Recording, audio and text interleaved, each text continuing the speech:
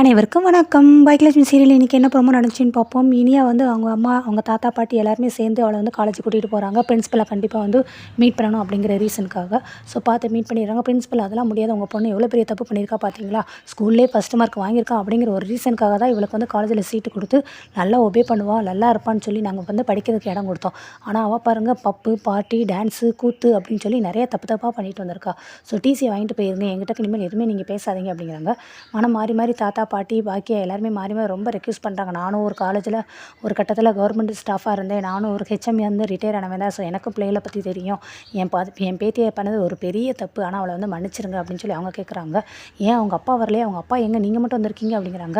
உடனே பாட்டி வந்துட்டு, அந்நேரம் அவங்க அப்பா பொண்ணு மேலே எந்த அக்கறையும் இல்லாமல் 2வது கல்யாணம் பண்ணிவிட்டு வேறு இடத்துக்கு போயிட்டியான்னு, ஏன் வெளியூருக்கு போயிருக்காங்களா அப்படிங்கிறாங்க. இல்லை மேடம், அவங்க வந்து பக்கத்தில் தான் இருக்கேன், பக்கத்து தெருவில் தான் இருக்கேன், ஆனால் எங்களை பற்றி எதுவுமே கேர் பண்ண மாட்டான், பொண்ணு பற்றி எந்த அக்கறையுமே கிடையாது அப்படின்னு சொல்லி பாட்டி சொல்லிடுறாங்க. ஓ அப்படியே அப்படின்னு அடுத்து பாக்கியா பற்றி சொல்கிறாங்க. பாக்கியா தான் வீடையும் பார்த்துட்டு அதுக்காக ஒரு தொழிலையும் செஞ்சு பிள்ளைகளையும் பார்க்கணும், எங்களையும் பார்க்கணும், இதெல்லாம் பாக்கியா தான் கஷ்டப்பட்டு பண்ணுறா.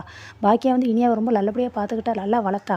ஆனால் தெரியாதனமாக அந்த மாதிரி நடந்துருச்சு, அதனால் இந்த ஒரு தடவை மட்டும் மன்னிச்சு ஏற்றுக்கோங்க, இனியா வந்து படிக்கிறதுக்கு அலோவ் பண்ணுங்க அப்படின்னு பாட்டியும் பேசுகிறாங்க. அடுத்து பாக்கியா சொல்கிறாங்க, நான் வந்து ஸ்கூல் படிப்பு தான் முடிச்சிருக்கேன், ஸ்கூல் படிப்போட அருமை பெருமை, காலேஜ் வந்து அதுக்கடுத்து படிக்கிற அருமை பெருமை எல்லாமே எனக்கு தெரியும். ஸோ என்னால் காலேஜ் படிக்க முடியல, ஆனால் என் பொண்ணு கண்டிப்பாக படித்தே ஆகணும், அவள் கண்டிப்பாக இனிமேல் எந்த தப்பும் பண்ண மாட்டா, ப்ராமிஸாக சொல்கிறேன் மேம், எந்த தப்புமே அவள் வரமாட்டா, உங்கள் காலேஜில் உள்ள எல்லாருமே பெருமைப்படுற அளவுக்கு கண்டிப்பாக நடந்துக்கிடுவா, இந்த ஒரு தடவை மட்டும் அவளை மன்னிச்சு விட்டுருங்க அப்படிங்கிறாங்க. அடுத்து இனியா பார்த்து பிரின்சிபல் பேசுகிறாங்க, பாரு ஒன்றால் தான் இவங்க எல்லாருமே வந்து இப்படி கெஞ்சிக்கிட்டு இருக்காங்க, அழுதுட்டுருக்காங்க, இவ்வளோ பெரிய தப்பு பண்ணியிருக்கோம், உனக்குலாம் அறிவு இருக்கா கொஞ்சமாவது, இனிமேல் இந்த மாதிரி தப்பு எதுவும் பண்ணுவியே அப்படிங்கிறாங்க. இல்லை மேடம், சத்தியமாக நான் பண்ண மாட்டேன் மேடம், ப்ளீஸ் மேடம் என்னை மன்னிச்சிருங்க மேடம்னு இனியா கெஞ்சுறாங்க.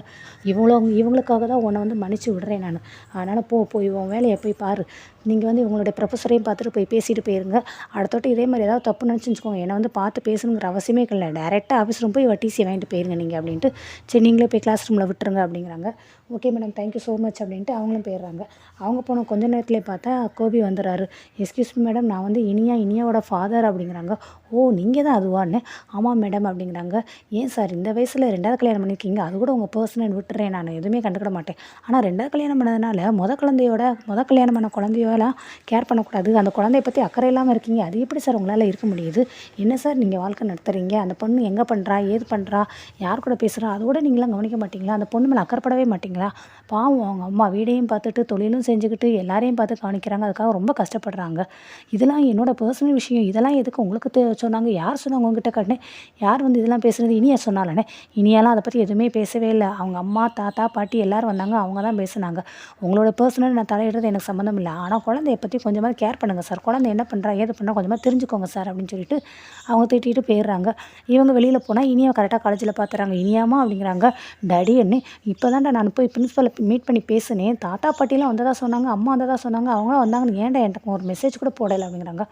ஆமாம் டாடி, அம்மாவுக்கு நீ எப்படிடா சொன்ன, அம்மாட்ட சொல்லிட்டியா அப்படிங்கிறாங்க. இல்லை டாடி நான் சொல்லலை, காலேஜில் இருந்தே உங்களுக்கு மெசேஜ் போயிருக்கு, மம்மி அதை பார்த்து என்னை கேட்டிருக்காங்க, அதனால் இங்கே வந்தாங்க, நான் வேறு டென்ஷனில் இருந்தேனே டாடி, அதனால தான் உங்களுக்கு ஃபோன் பண்ண மெசேஜ் பண்ண மறந்துட்டேனே, பரவாயில்லடா இருக்கட்டும்டா, ஆனால் என்னை பற்றிலாம் என்னோடய பர்சனல் விஷயத்தை பற்றிலாம் யாருடா அங்கே சொன்னதுன்னு, தாத்தா பாட்டி தான் சொன்னாங்க டாடி அப்படிங்கிறாங்க. சரி நீ போய் காலேஜில் போய் ஓகே, ப்ராப்ளம் எல்லாம் சால்வ் ஆயிடுச்சுல, இப்போ நான் கிளாஸ்க்குள்ளே விட்டுட்டாங்களா, ஓகே ஹாப்பியாக போய் கிளாஸில் என்ஜாய் பண்ணி நல்லா படி, இனிமேல் இந்த பப்பு பார்க்கு இதெல்லாம் தேவையில்லாத விஷயத்தை நீ எதுவுமே போகாத சரியாடா அப்படின்ட்டு கிளம்பி போயிடுறாங்க.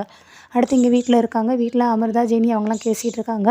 ஏன்னா ஆண்டி காலேஜில் ரொம்ப பெரிய பிரச்சனை ஆகலைல்ல அப்படிங்கிறாங்க. எங்கத்தான் பிரச்சனை ஆகாமல் இருக்கா, காலில் விழாத குறையா கெஞ்சி கூத்தாடி எல்லோரும் மன்றாடி அதுக்கப்புறமா பிரின்ஸிபலை சம்மதிக்க வச்சு அவளை கிளாஸ்க்குள்ளே சேர்த்துட்டு வந்திருக்கோம், பிரின்ஸிபல் டிசியை வாங்கிட்டு போனாலே போகணும் அப்படிங்கிற மாதிரி சொல்லியிருக்காங்கன்னு பாட்டி பேசுகிறாங்க. ஜெனி சொல்கிறாங்க, இப்போ தான் என் மம்மிகிட்ட கூட நான் பேசினேன், எங்கள் மம்மி இருக்கிற காலேஜில் நான் இதை விட பெரிய பெரிய மோசமான வேலையெல்லாம் நடந்திருக்கான், அதெல்லாம் கம்பேர் பண்ணும்போது இனியா செஞ்சது ஒரு தப்பே கிடையாது பாட்டி அப்படிங்கிறாங்க. ஆமாம் நீ உங்கள் அம்மாட்ட இதெல்லாமல் பேசிகிட்டு இருக்க அப்படிங்கிறாங்க. இல்லை பாட்டி நான் எல்லாத்தையும் சொல்லலை, இந்த மாதிரி பிரச்சனை உங்கள் காலேஜில் நடந்துச்சுன்னு சொன்னே தவிர இனியா பற்றி எதுவுமே பேசுனேன்னு, பேசக்கூடாது, நம்ம வீட்டில் என்ன விஷயம் நடந்தாலும் அது உங்கள் வீட்டில் யாருக்கும் நீங்கள் தெரியப்படுத்தக்கூடாது, நம்ம வீட்டில் கூட ஒரு விஷயத்த நம்மளே இங்கே சமாளிச்சுக்கிடணும் சரியா அப்படிங்கிறாங்க. சரி பாட்டி அப்படிங்கிறாங்க. கரெக்டாக கோபி வந்துடுறாரு. இவன் வேறு வந்துட்டானா அப்படிங்கிறாங்க. இவன் எதுக்கு வந்துக்கிட்டே இருக்கான், ஏப்பா இதெல்லாம் என்ன நினச்சிக்கிட்டு இருக்க நீ, காலையில் மாலையில் சாயங்காலம் எப்படி ஒவ்வொரு நாளைக்கு வந்து வீட்டில் எட்டி பார்த்து பார்த்துக்கிட்டே இருக்க, ஏன் உங்கள் வீட்டில் உன்னை சரியாக கவனிக்க மாட்டேங்கிறாங்களா, ஒழுங்கா உன்னெல்லாம் பார்க்க மாட்டேங்கிறாங்களா அப்படின்னு சொல்லி தாத்தா வயிறாரு. உடனே பாட்டி வந்துட்டு செல்வி கிட்டக்க, செல்வி எனக்கு ஒரு காஃபி கொண்டுட்டு வா, தலைவலி வர மாதிரி இருக்குது அப்படிங்கிறாங்க. அம்மா நீங்கள் இப்படி மாறுவீங்க நான் கொஞ்சம் கூட நினைக்கவே இல்லைம்மா, ஏம்மா என்னை இப்படிலாம் பேசுகிறீங்கன்னு, பின்ன எப்படிடா பேச சொல்கிற அப்படிங்கிறாங்க. செல்வி இன்னும் எதுக்கு இங்கே நிற்கிற, உன்னை தான் காஃபி கொண்டு வர சொன்னேன். அம்மா இருங்கம்மா ஒரு 5 நிமிஷம் இருந்துட்டு போகிறேம்மா, என்ன தான் நடக்குதுன்னு பார்க்குறேனேம்மா அப்படிங்கிறாங்க. ஆமாம்மா நீ நல்லா பார்த்து அப்படிங்கிறாங்க. நான் இப்போ தான் காலேஜுக்கு போயிட்டு வந்தேன் அப்படின்னு சொல்லி கோபி பேசுகிறாரு. ஏன் ஈஸ்வரி, நம்ம பையனை தான் காலேஜ் படிக்க வச்சு ரொம்ப வருஷமாச்சு, இப்போ எதுக்கு காலேஜ் போயிட்டு வந்தானா அப்படிங்கிறாங்க. இது வந்து காமெடி பண்ணுற நேரம் கிடையாது, இது வந்து சீரியஸாக பேசுறதுக்காக நான் வந்திருக்கேன் சரியா, நான் பேசுகிற முதல் கேளுங்க. இன்னையோட காலேஜுக்கு இப்போ தான் போயிட்டு வந்தேன், அங்கே பிரின்ஸ்பலை பார்த்து பேசிட்டு வந்தேன், அவங்க சொன்னாங்க நீங்களாம் வந்திருக்கீங்கன்னு சொல்லி. அதை தவிர்த்து என்னோட பர்சனல் விஷயத்தில் எதுக்கு நீங்கள் அவங்ககிட்ட சொன்னீங்க, நான் 2வது மேரேஜ் பண்ணிக்கிட்டேன், நான் அந்த மாதிரிலாம் பண்ணேன், நீங்கள் எதுக்கு என் பர்சனலாக போய் அவங்க பிரின்ஸ்பல்கிட்ட போய் பேசுனீங்க அப்படிங்கிறாங்க. ஆமாம் பெரிய பர்சனலாக பேசிட்டோம், பிரின்ஸ்பல் மேடம் அவங்க அப்பா எங்கே வரலன்னு சொல்லி கேட்டாங்க, அதுக்கு நாங்கள் என்ன சொல்லணும், அவன் பொறுப்பு இல்லாமல் அக்கறை இல்லாமல் இன்னொரு கல்யாணம் பண்ணிக்கிட்டு பக்கத்து தெருவில் தான் போய் குடியேறி இருக்கியா, அவன் பொண்டாட்டியை பார்க்கல, பெற்றவங்கள பார்க்கல, பிள்ளைகளை பார்க்கல அப்படிங்கிற உண்மையை தான் சொன்னோம், வேறு ஒன்றும் நடக்காது நாங்கள் சொல்லலை அப்படிங்கிறாங்க. நீங்கள் இது சொன்னது எதுவுமே தப்பு, எல்லாமே நீங்கள் தப்பாக பேசுகிறீங்க, நீங்கள் தேவையில்லாமல் பேசுகிறீங்க அப்படின்னு சொல்லி அவர் திட்டுறாரு. திட்டினதுக்கப்புறம் திருப்பி ஈஸ்வரி பாட்டி நான் தான் அப்போதே உனக்கு காஃபி கேட்டேன், இன்னுமா கொண்டுட்டு வர நீ செல்வி அப்படிங்கிறாங்க. இந்தா போகிறேம்மா அப்படிங்கிறாங்க. தாத்தாவும் எனக்கு ஒரு காஃபி அப்படிங்கிறாங்க. சரி அப்படின்ட்டு போயிடுறாங்க. அடுத்து இவர் ரொம்ப சோகமாக உட்காந்துருக்காரு ராதிகா வீட்டில். ராதிகா வந்து பார்த்துட்டு என்ன அப்படிங்கிறாங்க. அடுத்து நடந்த கதை எல்லாத்தையும் சொல்கிறார். இனியா காலேஜுக்கு போனேன்னு அங்கே பிரின்ஸ்பல் என்னை இப்படி பார்த்து பேசுனாங்களா, எனக்கு ரொம்ப கஷ்டமாக இருக்குது, எங்கள் அம்மா அப்பாலாம் இப்படி பேசியிருக்காங்க, நான் போய் இது ஏன் இப்படி பேசுறீங்க போய் கேட்டதுக்கு, ஆமாம் நாங்கள் உண்மையை தானே பேசணும் அப்படின்னு சொல்லி அவங்க என்னையே திருப்புறாங்க, எனக்கு இவங்க பேசலாம் ரொம்ப கஷ்டமாக இருக்குது ராதிகா அப்படிங்கிறாங்க. ஆமாம் உங்களுக்கு இது நடக்குங்கிறது எனக்கு தெரியும், காலேஜுக்கு போகிறேன்னு சொல்லும் போதே ஆனால் நான் சொன்னால் என்ன சொல்லுவீங்க, பெத்த தாயவும் என்னையும் பிரிக்கிற அப்படின்னு சொல்லி ஏமலையே பழிய போடுவீங்க, அதனால தான் நான் எதுவுமே பேசலை, எதுவுமே தடுக்கலை உங்களையே அப்படின்னு சொல்கிறாங்க.